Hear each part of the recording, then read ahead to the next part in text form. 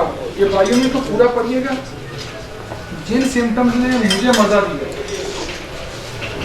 ٹھیک ہے, آپ یقین کریں آپ اس کو مزاق سمجھتے ہیں شاید, جب میں کوئی مزیدار سمٹم پڑھتا ہوں نا میرے اندر سے نا میرے آرگنز ڈانس کرتے ہیں.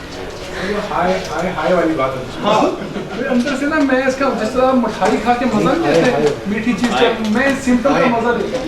کہ آپ ذرا ابھی میں آپ کو سمٹم بتاؤں گا اس کے دو چار, آپ حیران رہ جائیں گے کہ ایک تو آپ کو پتہ ہے کہ تمام جو اس کی تکلیفیں ہیں وہ حرکت سے بڑھتی ہیں. اچھا یہ حرکت سے تکلیفوں کا جو بڑھنا ہے نا یہ اس کی جنرل موڈیلٹی ہے. جنرل موڈیلٹی میں اسے کہتا ہوں جو فزیکل لیول پہ بھی ہو مینٹل لیول پہ بھی ہو. چونکہ فزیکل لیول پہ حرکت سے تکلیفوں میں اضافہ ہوتا ہے اسی لیے مینٹل لیول پہ یہ چاہتا ہے کہ اس سے کوئی بات بھی نہ کرے. جب وہ بات کرے گا آپ سے تو وہ ایک ذہنی حرکت ہوگی, اس کو برداشت نہیں کرتا کہ آپ اس سے بات نہیں کریں. ٹھیک ہے, آپ کی باتوں کا جواب دینا نہیں چاہتا. اچھا جو اس کے پین ہوتے ہیں وہ اسٹیچنگ پین ہوتے ہیں, اسٹیچنگ پین ہوتے ہیں, اور درد والی جگہ پر لیٹنے سے سکون آتا ہے. اسٹیچنگ پین سے کیا مراد؟ مطلب کہ چبھنے والے سوئیوں جیسے سوئیاں چبھتی ہیں, سوئیاں چبھتی ہیں وہ پین ہوتے ہیں. اور اس میں پیاس بہت زیادہ ہوتی ہے اور بڑے وقفوں سے یہ جو ہے نا وہ پانی پیتا ہے, زیادہ پانی پیتا ہے. ڈرائنس بہت زیادہ ہے, میوکس ممبرین کی ڈرائنس بہت زیادہ ہے.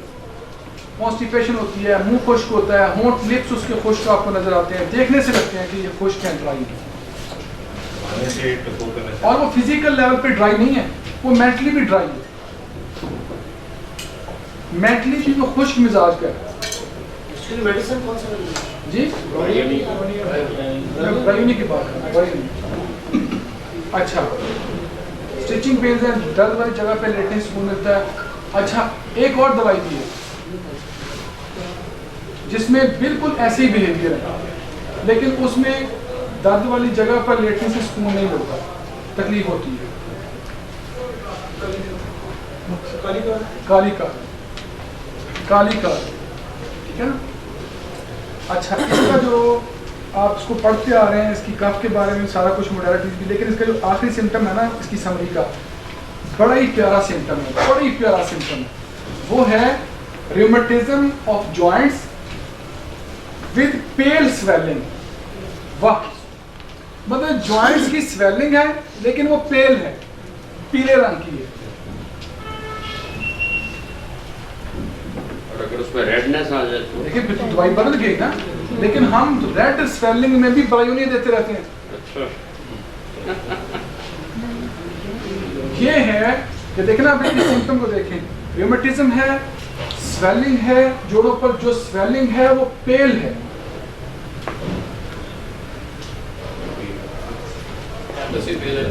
جی نہیں ایپس میں پیل نہیں ہے, ایپس میں پیل نہیں ہے.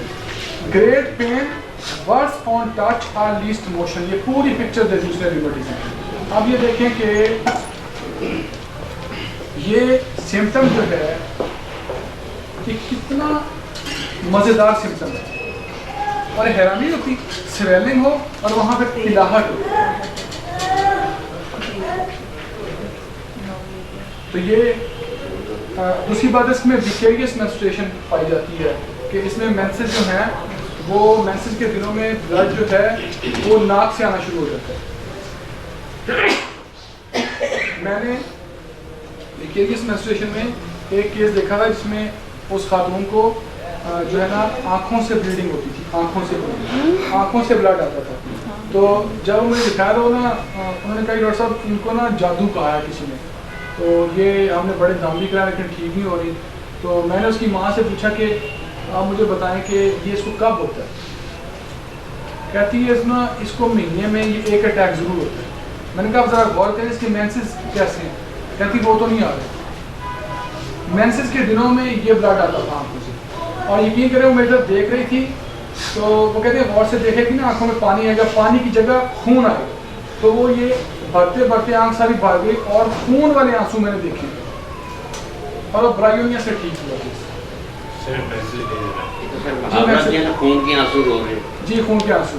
تو میں دیکھیں ویکیریس مینسٹریشن کو آپ یاد رکھیں, ویکیریس مینسٹریشن اس کو انڈر لائن کر لیجیے آپ کہ ویکیریس مینسٹریشن اس کی ایک اسٹیٹ ہے.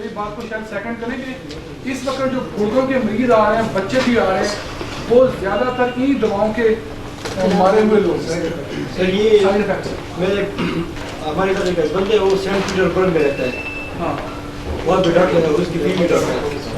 تو وہ اس نے مجھے کہا کہ جب ہمارے پاس وہاں بھی لوگ آتے ہیں ہم اینٹی بایوٹک لکھتے تھے, تو اب یہ اسمارٹ فون کے ذریعے ہمیں وہ گوگل میں دکھا دیتے ہیں کہ اس کا ایک فائدہ ہے اور 10 سائڈ افیکٹ ہے.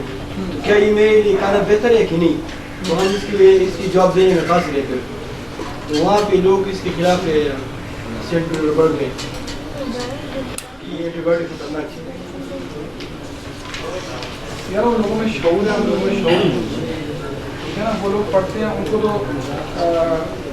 ہمارے ڈاکٹر صاحب ہیں وہ ملائیشیا میں تھی, وہ پریکٹس کر رہی تھی, تو وہاں پر ایک امریکن خاتون تھی وہ جہاں وہاں پہ انگلش پڑھاتی تھی.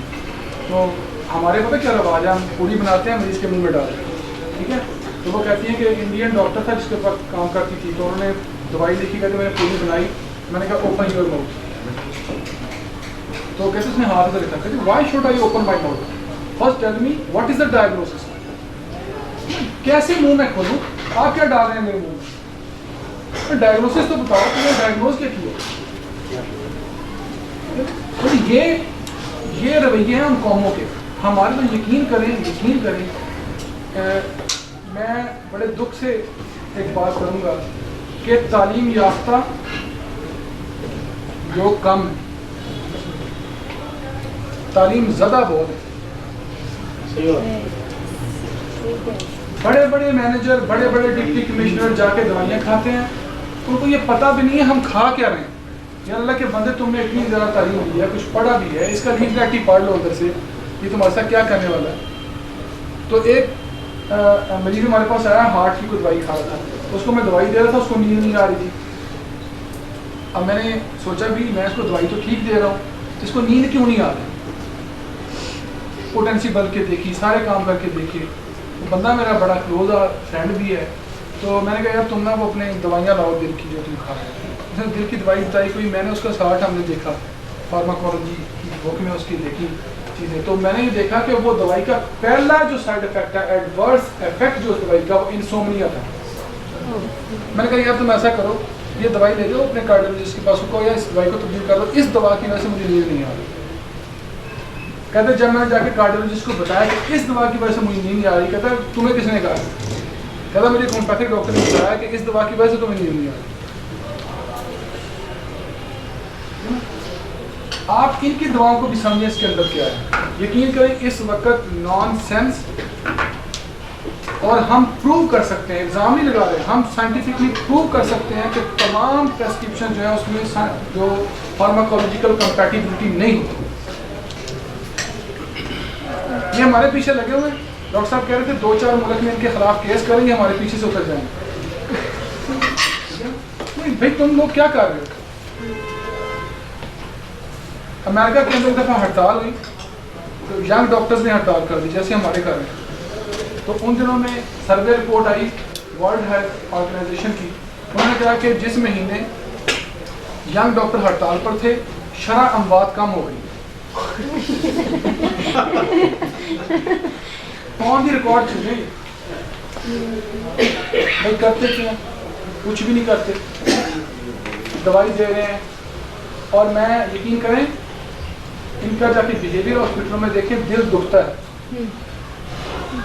یہ ایسے بیٹھے ہوتے ہیں ہماری بہنیں, ہمارے بھائی موبائل پہ گیمیں کھیل رہے ہوتے ہیں, جی کیا مسئلہ ہے, کھانسی ہے ڈاکٹر صاحب, اچھا